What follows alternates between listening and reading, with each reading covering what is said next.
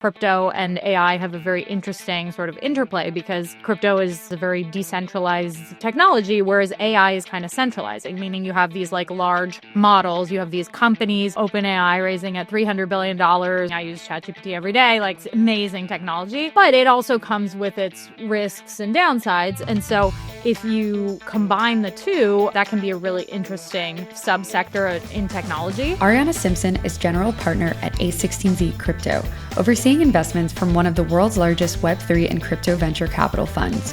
Known for her deep conviction and years of experience, Arianna has backed some of the space's most ambitious founders. What has product market fit is the ability to move money with significantly fewer intermediaries and at a very cheap cost. And the reality, I think, is important to zoom out and look back. We've been talking about stablecoins for years and years and years. And so the question is like, well, why is this just happening now? I think we've known each other for a number of years, but I'm still going to ask you this anyways. How did you even get into Web3? What made you want to invest for our listeners who don't know you yet? Sure. Yeah. So I've been in the space for, I would say, about 12 years now. So it's a while. A while, Yeah. Yes. Many centuries in crypto years. I kind of fell down the rabbit hole following a trip I took to Zimbabwe. I ended up there sort of by accident visiting a friend and in Namibia, and then decided to go visit a few other countries nearby. And when I got to Zimbabwe, they were still recovering from the worst of the hyperinflation that the country had gone through. So they had actually switched over to the US dollar to stabilize the economy because things had gotten so bad. And I met a lot of people who kind of described to me the economic pain and suffering that they'd gone through. And things were slightly better when I was there, but definitely nowhere near okay. And so when I left, I was very interested in sort of what had happened and started doing some research and reading. And I was actually discussing it with a friend of mine who later went on to start a crypto project. And he said, well, Bitcoin is deflationary. You could never have this. And I was like, what the heck is Bitcoin? So I went and I read the white paper, and it was, I still remember how I felt the first time I read it, which was really just like, it was kind of mind-blowing. I was definitely not getting all the math at the first pass, but I realized that if this works, it's going to be really transformational. And that was, about 12, 13 years ago at this point. And since then, obviously, the space has expanded dramatically. We've gone from Bitcoin to having a whole ecosystem of lots of different assets, lots of different teams building. So the space has really transformed. But that was kind of my original interest in this weird and exciting world of crypto. Right. And you have been investing in founders for a while now as well. Mm-hmm. A question I always like to ask investors is like, how does kind of the landscape change throughout these like different market cycles in terms of like what is important to you right now? And then we could also talk about like the founder aspect and everything, but what's interesting to you today? Yeah. I mean, I think, as an investor, there are definitely things that you kind of look for regardless of where you are in the market cycle, and kind of attributes of great founders that are often cycle agnostic. But as an investor, typically you are sort of dependent on the founders to come up with the great ideas and build the companies. And so in some sense, it's important to have a thesis and a view of the world and sort of a perspective on where you think things are going. But the reality is it's the founders who dictate what we invest in, because if the best founders are building stablecoin companies, well, then we should be investing in stablecoin companies. If the best founders are building crypto AI projects, that's where we should be looking. If they're building DeFi, that's where we'll be looking. And those are probably the three areas where we've been spending the most time these days. But, if you look a few years back, there was a big DeFi wave. There were a ton of founders building in that category, Web3 games. So they're NFTs, obviously. So, I think there have definitely been waves of interest or subcategories that really catch fire. I would say today, the stable coins are one of the epicenters of gravity in the market today. And personally, I find that very exciting because I think, it's a completely non-speculative use case that is really getting to product market fit. And I think that's something that, candidly, we've struggled with over the past few years. So it's really, really exciting to me to see that we have this use case that appeals not just to a crypto native audience, but to all kinds of people, institutions. Like it's really got quite a broad appeal base. And so it's I think a very exciting moment in that regard. Yeah, 100%. We've had a lot of people on to talk about stablecoins. Product market fit is very obvious and clear. Even if guests aren't saying it, we're seeing it in the market. I believe there's like over 250 billion, in like value locked on the stablecoin front. And then there's like hundreds of thousands of holders on that realm. We got the institutions coming in, a bunch of stablecoin issuers. Yep. Do you feel that the issuance of stablecoins, there should probably be some consolidation or cap, or you're like, no, let it ride. Let's see what people could do? Yeah, it's an interesting question, one that I've been thinking quite a bit about, actually. I think the reality is it's obvious why everybody would want to issue their own stablecoin, but it is not obvious why everyone would want everyone else's random stablecoin. Right. And so I You're think, like, mine's the best. Yeah. And you all should agree with me that mine's the best. Yeah, exactly. So the reality is, I think in a couple of years, it's very likely that all kinds of fintechs, banks, other kinds of companies are issuing their own. The reality is most of them will probably not have the gravitas to actually get people to use theirs unless they're, something like an Amazon that already has massive scale, or they can offer something more specific to their users. I think the reality is it's likely eventually that the rails behind the scenes get good enough that consumers are not even necessarily aware or selecting a particular stablecoin. I think it's likely, the rails talk to each other in such a way that it's kind of all behind the scenes. But in the meantime, I think, there are going to be a lot more issuers interested in issuing than there are consumers wanting to actually use their particular stablecoin. So I think the reality is there is likely to be some consolidation. We have a bunch of stablecoin issuers right now, and those are launching. Do you see that as like a product market fit in the sense that they will all kind of create these tokens and find a place in the market, or no, because it will consolidate and then the actual product market fit is the use of stablecoins itself? Oh, yeah. I think the product market, what has product market fit is the ability to move money with significantly fewer intermediaries and at a very cheap cost. And the reality, I think, is important to zoom back or zoom out and look back. We've been talking about stablecoins for years and years and years. And so the question is like, well, why is this just happening now?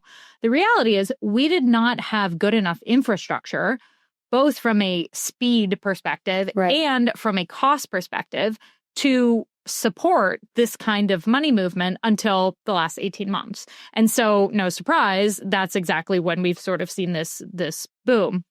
So I think we're still kind of in the early innings of figuring out how this market is going to shape out, because there's really not been much more than a year of real ability to use them in an efficient way. So, yeah, I think, overall people, though, are demonstrating that they really want to use stablecoins. And it's interesting because it's one of the few use cases that is seemingly finding both consumer product market fit and B2B product market fit, because there are major corporations who are using stablecoins in a variety of different ways. So something like a Scale AI can use the payment, or has used the payments to pay folks who are doing work for them in the Philippines, for example.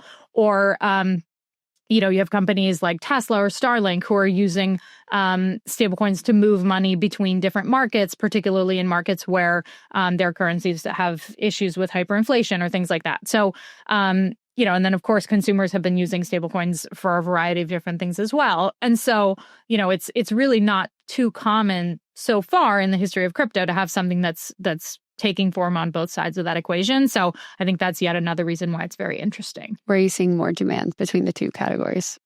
I I would say, well, we'd have to look at the numbers. So we can get you the actual numbers on that. But I would say it's probably been going on longer on the consumer side, but I would say the business use cases are perhaps ramping even faster. Mm-hmm. Right. That's sort of my anecdotal feel. Fair enough. We can confirm the numbers. Yeah. I was going to say anecdotally, we could go that route. Yeah. So there's payment rails, there's the infrastructure, and then there's like kind of the emerging market side where stablecoins have a use case similar to like your inception story to getting into the space where you went to Zimbabwe and you saw, oh my God, the currency is kind of... That's another thing. Yeah. I was supporting a family there for a while, and I was spending 25% of every dollar I was sending them was going to Western Union, which is insane. By the way, the thing that makes it even more insane is that it was a dollars to dollars transaction. So you tell me exactly why 25% increase, a tariff on your dollar. Yeah. And of course, like if you think about who is sending money home, like there's some of the, people who need the money the most. Like these are not people who are generally super well off or whatever. So it is kind of predatory that you're seeing those kinds of rates. So I think stablecoins in that regard are a huge benefit to provide a huge benefit to consumers because they're really a much faster, cheaper, more efficient way of moving funds globally. For me, I use stablecoins solely as kind of like a safe harbor away from crypto assets and or to send and transact. Away from crypto, but also but also crypto, yes. Another form of it, just more stable, as the name suggests. Yeah. And then also to send funds. But I would imagine a lot of the listeners and people out there do the same. And then they also think about other small opportunities, maybe like yield. What would you say if it's a startup that you've invested in, what is one out there that you would suggest people to go look into to kind of go further with stablecoins? Well, I mean, I think the beauty of stablecoins is that you don't, it's something that's available to anyone. Like, obviously, we've been longtime investors in Coinbase. They've partnered with Circle and launched USDC, which is one of the most widely used stablecoins. And it's just incredibly easy to use Coinbase or, their what did they rename it? Coinbase, what base? It was the wallet. base, it's a waste, just the base wallet or something. Yeah, exactly. This is like a week old. But yeah, you can just get started. It's super easy, and you don't need any particular knowledge of basically anything. So I would say that's an easy way to get started. Okay, we talked about stablecoins. Obviously, that is a massive narrative, and I think also just a huge opportunity in the market right now. We talked about it as like a big product market fit. Would you say that is like the defining sector for this cycle? I would say it probably is, yes. I think there are a couple other important ones, and I'm sure we can get into those in a second. But I would say the thing about stablecoins that's different is that they, as we touched on, really appeal to a broader audience. And they're touching both the institutional side and the consumer side. And so I think in that regard, they also just make sense to people who are not crypto native. And I think that's something that we've sort of been searching for as an industry, frankly. So yeah, I would say they're kind of the key entity in this cycle. But I would also say that, obviously it's impossible to ignore, and we wouldn't want to, the AI boom that's going on. And the reality is crypto and AI have a very interesting sort of interplay because crypto is a very decentralized technology, whereas AI is kind of centralizing, meaning you have these large models, you have these companies, OpenAI raising at $300 billion, Anthropic, others closely behind them. So, it's obvious that they're sort of becoming these behemoths. And then you have some of the behemoths of the sort of last tech generation, like Meta, Google or Alphabet and others who are wanting to play that game. And so, that is, they're aggregating as many resources as they can because they want to build the best model. And then, of course, there's a long tail of startups who are also working on, in some cases, their own models, and in other cases, sort of other pieces of that stack. But that on the whole, I think is incredibly exciting. I use ChatGPT every day. It's amazing technology, but it also comes with its risks and downsides. And so if you combine the two, that can be a really interesting sort of subsector in technology. And we often talk about the fact that when you get a big technology wave, in many cases, it's really the combination of multiple technologies coming to fruition at the same time that allows you to have sort of a mega boom. And I think that's sort of what we're seeing here. And then I would also mention, I think DePIN is a very interesting sort of subcategory at the moment because, they're one of the things that crypto is great at is creating incentives for people to do things. And so, in various forms of DePIN networks, whether that's like collecting aerial data or collecting drone data or, whatever the case may be, that's really interesting. And the other piece that's interesting is that we have basically unlimited appetite from the AI companies to buy that kind of data. And so if you are able to build a network that can incentivize people financially, maybe you're paying them with stablecoins to go and collect certain types of data, and then that there are entities that want to buy it, it's, you see how they're all coming together in a really interesting way. And so, yeah, I think it's very cool to see kind of the mesh of all of that. Mm-hmm. I feel like I never really hear DePIN tied to AI. I always hear AI, blockchain, AI, and sure, DePINs are built on blockchains and things like that. So I guess it does tie in on that front, but it's interesting that you bring that up as a connecting point. Mm-hmm. Are there specific projects out there that kind of you're interested in on that front? Yeah, I mean, a lot of them. We're investors in Helium and Daylight. We had Helium on the podcast. Oh, amazing. There you go. Yeah. And Daylight in that category. But there are many others. And so, yeah, I think it's just a very natural fit with, their ability to collect data or create incentives for people to either provide basically resources to the network and then get paid in compensation for that. Mm-hmm.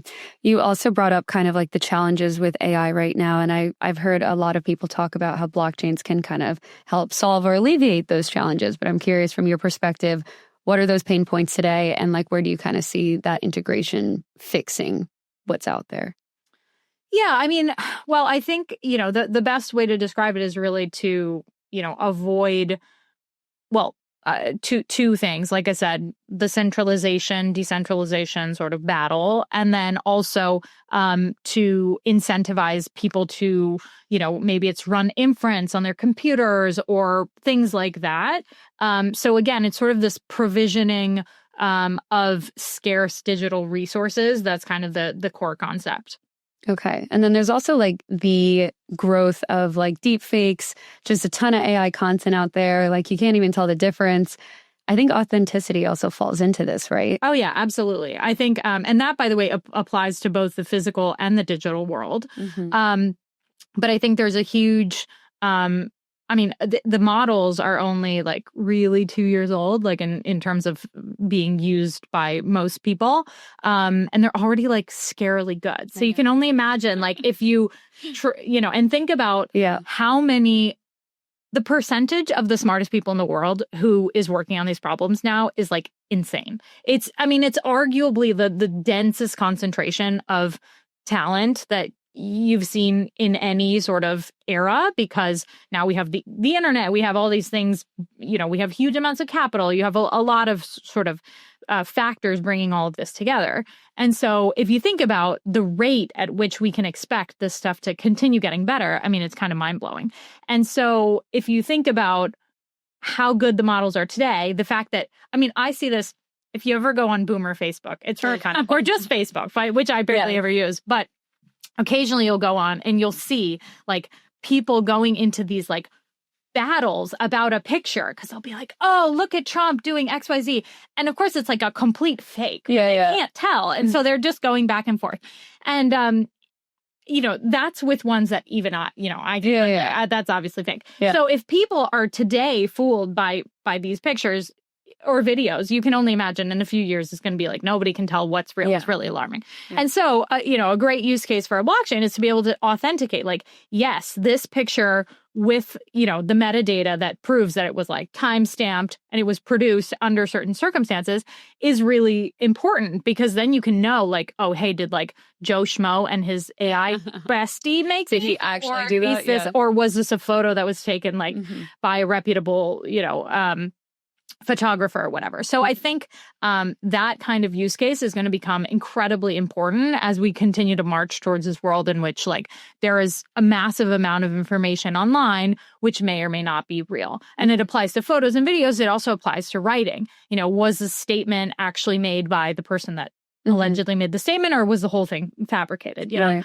So I think there's a lot of use cases in which having the ability to prove that the origin of a piece of content or even a physical good, like was this actually a luxury good produced by Hermes, or was it produced by, the counterfeiters around the corner? Right. Being able to track that digitally is also very important. Yeah. So you're striking a lot of chords with me, Arianna.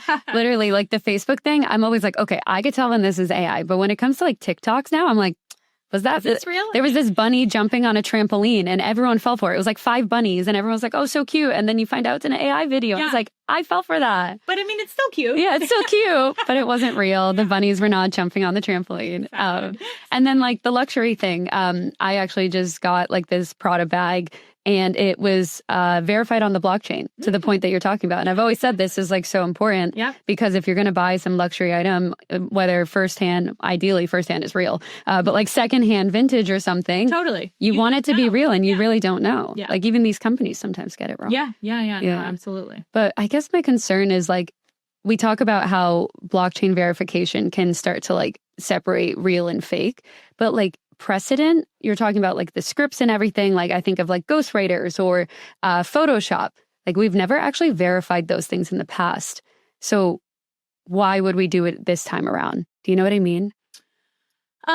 Well, I think I get what you mean. You can further clarify if I've gotten it wrong. I mean, I think it's not necessarily that everything is going to have to be verified. And it's certainly okay to have, Photoshop to remove a pimple from somebody's nose or whatever. Like nobody's going to get mad about that. But I think like whether an event occurred or whether a statement was actually made, those are important things for people to know. And I think for some of these, especially pivotal situations, if you don't have any sort of verification, it's going to be really alarming. And a large percentage of the population is going to start to be fooled and swayed by things that are not real. So, but, to be clear, like these are not questions to which we have all the answers yet. I think there's a lot of, what ends up going on the blockchain, like what are the, there's still a lot to figure out for sure. But I do think blockchains can be very useful tools because they can provide a record that can be, is publicly visible, is very transparent, and can be relied upon in a way that any sort of private database or whatever private website could not be relied upon. Yeah, no, that makes sense. There's also the topic of AI agents, which I feel like were very hot for a while. Everyone was obsessed with it. Everyone wanted to launch one or just talk about it. And now it's kind of like, oh no, they're still going. They're still going. I'm just on the wrong feed then. No. They're just like back in the computer coding phase, and then we'll emerge with. Well, I was going to ask, fully formed agents. Where do you see the biggest like untapped potential for these things? Well, again, to my combining of technologies point, I think. One thing that's really exciting is that I think eventually agents will be doing like a lot of stuff for us. And obviously ChatGPT is one instantiation of an AI doing stuff for you, but you can imagine how it's going to get a lot better from here where, you won't actually have to do most of the things. You'll just tell it, oh, book me a trip to Paris, and like it will go and do it. The reality though is right now you can't really reliably like give your credit card information, for example, to an agent. But what could you give an agent? A wallet with some stablecoins. So I think like that's another very tangible use case. And we have seen some folks starting to build in this direction where you can actually see a very clear intersection between these two technologies where you have agents doing all kind of behaviors on the internet on your behalf. They have their own wallet that you have pre-funded, and you'll be able to set parameters and say, like, you can spend up to X amount or, XYZ. And that will be kind of the way in which a lot of commerce or activity happens on the internet. And I think that's really exciting. Mm-hmm. Okay. And then I also thought about like monetization models for AI agents and then just like the AI sector as a whole. How do you kind of think about that when you're talking with different startups? What are they doing to monetize these businesses? Yeah, well, geez, I would say business models are kind of all over the place at the moment. A lot of folks are, it's you can really, if you can think it, somebody is trying it. I think we're still very much in the early days of kind of figuring out what the best business models are for some of these businesses. I mean, of course, you can think of basic things like taking a percentage of transaction fees. There's kind of a more straightforward, like monthly recurring fee, like you would see with ChatGPT.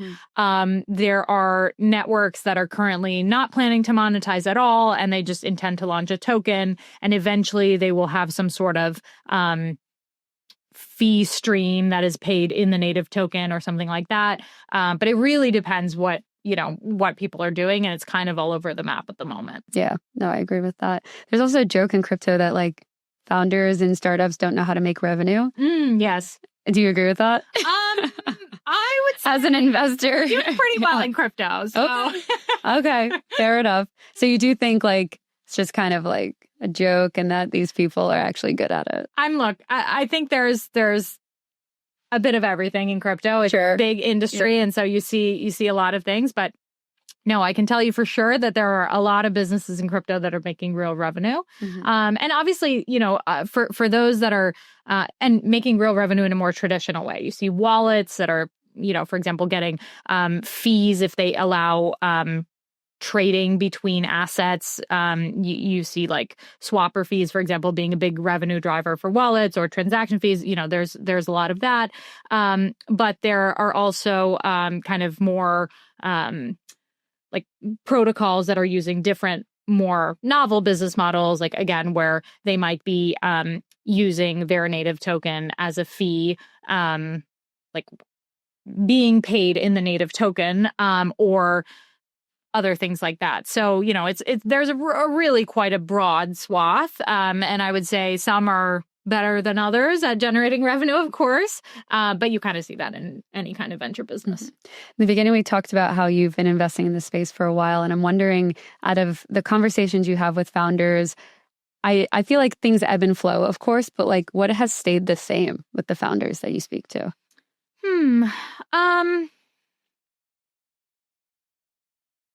Well, I think it's, as always, it's just incredibly hard to build something great. And so I think what has stayed the same, for example, in terms of what we look for, is just founders who are really tenacious, who are willing to dedicate the next 10 years of their lives to building something. It's often the case that, people say, oh, well, crypto has a different time horizon than other markets. But the reality, and again, we're sort of self-interested in this regard, in that we have a mandate to make money for our investors. But it's also really true that it takes a long time to build the best networks and the best businesses. And so that, is true in crypto like anywhere else. And so finding founders that are tenacious, that want to build something for the long term, that are really dedicated to building something great, that's kind of our mandate. And that is what we attempt to do day in and day out. Mm-hmm. What has changed about founders? I do worry a little bit sometimes that in cases where founders do get liquidity early on, we have occasionally seen it change people's propensity to continue working. Right. I would say, fortunately, we have many, many, many counterexamples where founders who could have been retired on a beach a long time ago, they came back. Or they're still working. Never left. Yeah. Exactly. And so I think that those are the founders I have the most respect for, because I think, they're like, yeah, I'm rich. Okay. But I want to keep going. I have a mission. And the ones that are most obsessed with their mission, those are the ones that you really want to find. And so, it's not always obvious who those are at the onset. And, our job is trying to figure that out. But I think finding folks who are that obsessed and tenacious is kind of the crux of it. Mm-hmm. I also feel like chasing just money is not going to get you far enough to actually build something of value and meaning. Very occasionally, yes, you will see that, but you have to be like passionate about it, and you have to like eat glass for a while. Yeah, a lot of glass eating, for sure. I have a lot of respect for founders. Figuratively. Yeah. Please don't eat glass. Yeah. Yeah, exactly. What do you think founders need in terms of support the most right now? What are they coming to you for? Well, I'm actually in the process of writing something about this, but I'll touch on it here as a preview. I think there was a weird period in 2020 and 2021 where investors had kind of thrown caution to the wind, and there was just a lot of desire to preempt rounds. Prices were kind of crazy. Founders were not even having to go out and pitch because investors were coming to them and kind of trying to shove money down their throat. And so there was this, at the time, mentality that, oh, you don't want to have a deck prepared because you don't want to say that you're fundraising. Like, it just sort of was this weird inversion of reality. And so you wouldn't want to have a deck ready because it looked like you were trying and you need to play it cool. Exactly. Yeah. And then if an investor is coming to you and throwing money at you, then obviously they're going to have to pay a high valuation and give you a lot of money in order to get you to do this deal. The reality is that was like a weird twilight moment in time. Okay. That is not the normal situation. And unfortunately, maybe because it was like a nice situation for founders, a lot of people are sort of still living in the delusion that is the world that we live in today. Mm-hmm. And it's not. Outside of like the top few AI companies that are commanding insane prices, raising crazy amounts of money, and, probably not putting together a deck, you're really not living in that world in most cases. And so what I often see is founders who say, oh, like, I don't need to put together a deck. We'll just keep it conversational. And they will come out and say, oh, we're raising $50 million. And I'm like, literally, you're a seed stage company. Like, what are you doing? Where is the deck? Yeah, exactly. And the reality is, like, you need to convince investors that you are, going to be successful, that you are real, especially if you're an early stage company. Like, giving the impression that you are bound for great things is very difficult. It's not an obvious thing. And so what founders really need to do is say, okay, I am probably not charismatic enough to raise with no deck. The reality, by the way, is that most people are not. And that's not a criticism. It's fine. It's totally fine. Yeah, exactly. So it was really, I think that 2-year-ish period did so many founders a huge disservice, because it's making their lives so much harder than they need to be, because they think we're still living in an era that we're really not in. So what I try to, advise founders on today is say, listen, put together materials, prepare a plan. Always say that you want to raise less money than what you actually want to raise, because you're way better off oversubscribing. And that, investors are kind of lemmings sometimes. Okay. So if you go out and you say, oh, I want to raise $50 million, people are going to be like, oh, that's too much money. Never mind.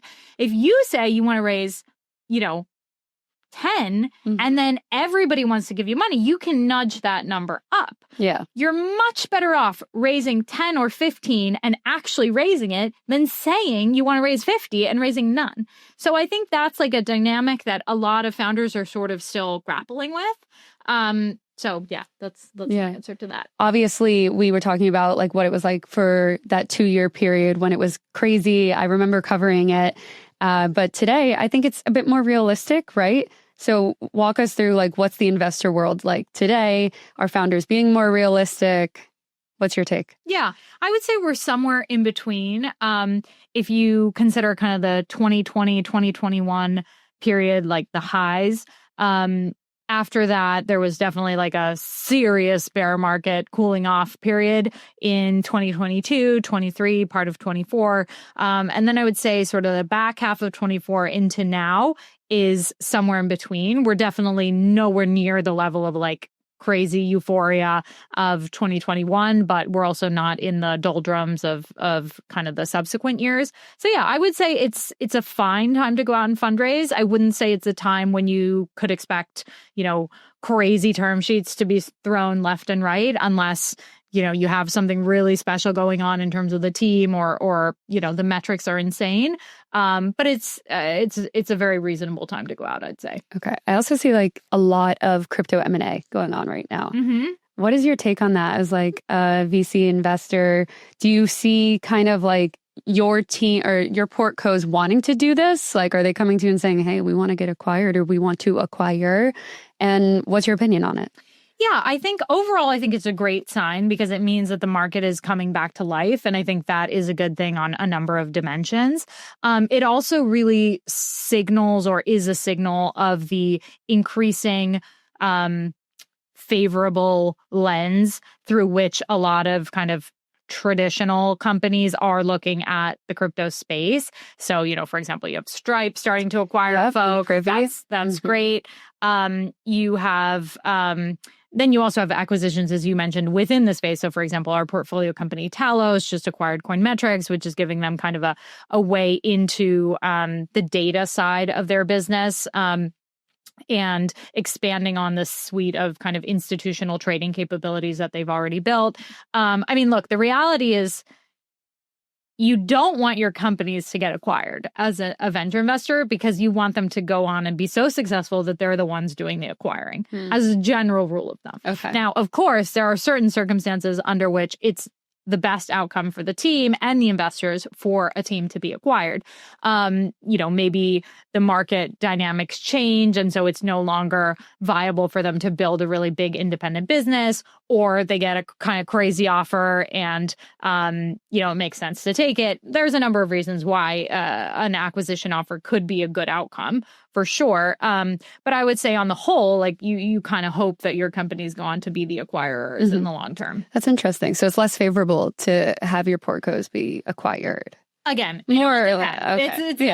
You're like, I'm not going to answer that yes or no, Jackie. Well, I mean, look, if you're getting acquired for $20 billion, like that's a pretty good acquisition for sure. But if you are getting acquired for pennies on the dollar, then it's not. So, it's definitely a case by case thing. But if you look, what I can say for sure is that if you look at the biggest outcomes in crypto, they have generally been independent crypto networks. And those are very unlikely to get acquired. And so they're probably going to go on and kind of make their own path independently. Yeah, fair. Okay. Last thing, I want to do a little advice corner with you. I was thinking of this when I was writing up questions. You've been in the space for a while, and I feel like you have very valuable advice. I usually end the podcast with, can you leave us with a piece of advice, which maybe I'll still ask you, but I want to ask you for different scenarios, your opinions. Okay. So we'll start. A founder has been building for a while and still has not found product market fit. I'm sure you've been here. They're thinking of pivoting, but don't know where to start. What would you say to them? Oh man, that's a tough one. Definitely a conversation I've had a few times. Look, I think the truth of the matter is an investor is really unlikely to be able to give you the answer. A lot of investors won't admit to that, but the truth is, like, if I had the best idea ever, don't you think I'd be out there building it? Right. And so I think what the founder really needs to do is go out and chew some glass. I can certainly say, hey, I've been seeing a lot of really interesting stuff happening in the stablecoin ecosystem. I think that's poised for growth. And obviously, if I tell it now, it's like, well, duh, everybody knows. But if I had said that, a year ago, then it might have been a bit of a more useful insight. So, I think investors can be helpful by generally pointing folks in a given direction, or suggesting ideas as to where they might want to look. But the reality is, and this is why I don't love, the idea of like a VC giving more specific advice is the founder has to be deeply passionate about what they're going to build. Like, they don't want to work for me. Like, if they wanted to work for me, they'd come join my team. They want to go and build their vision, really. And so if they're kind of coming to investors and looking for the answer, then frankly, they're probably not cut out to be a founder. Mm-hmm. So unfortunately, I don't think that's an area in which an investor can do a whole lot other than provide some insight into areas that they think might be good opportunities for growth. I like that answer. You're not giving it to them. They more have to figure it out themselves. It's true. No, it's true. Yeah. I mean, I wish not regrettably, it'd be easier for me if I could just give the answer, but unfortunately, no. Okay. Honestly, this is related to what we were just talking about. A founder has bootstrapped their startup to a couple $1 million and thinking of raising capital to grow. Should they? And if so, where should they start? I mean, look, I think it's a great position to be in, especially if they've built a profitable business. It really depends on the dynamics of the particular industry and business that they've built. I think the reality is not all businesses are well suited for venture capital. Yeah. Services businesses that are just not going to see that kind of like inflection curve are probably not a great area in which to invest to raise capital. But that doesn't mean they can't be like incredible lifestyle businesses. So I think it really comes down to figuring out what category the business can go into. I think obviously anything in the software department is generally, well, with the exception of, services businesses and stuff like that, going to be a better fit than certain other types. For example, if you look back a few years, there was a huge boom and then bust of e-commerce companies that were really not tech companies at all, that were kind of pitched as tech companies, and investors invested a lot of money and lost a lot of money. And the reality is those outcomes were not good for the founders. They were not good for the investors. But people have built very good businesses like that, either bootstrapped or with other kinds of financing that are more appropriate for certain kinds of business. So I think the reality is, it depends. Not a great answer, but we have to look at the specifics of the business. Right. At the end of the day, my job is getting great founders to take capital. So I hope that if it's the right fit, then, then they will we can do it. Mm-hmm. Yeah. For sure. Okay. The way I wrote this one, I might change it. Okay. A competitor keeps ripping off your portco and it's disrupting the business. What should they do? Ooh, that's a tough one. Because I feel like that happens a lot in crypto. It's like, the first one might not be the only and or best one, but, open market. Yeah. I think the truth of the matter is you kind of have to get over it and get more aggressive. I have definitely had founders come to me sometimes and be like, oh, this is not fair. And I'm like, life's not fair. Right. It's not, nobody wants this to be happening, but occasionally it's going to happen. And by the way, this is crypto or any other industry. You definitely see this happening. Mm-hmm. And so I think what it really comes down to is, how can you flip the narrative in such a way that you make yourself the center of attention again? Because you run the risk, if you're kind of attacking them in certain ways, that you're just kind of pouring fuel on their fire and making them even more relevant.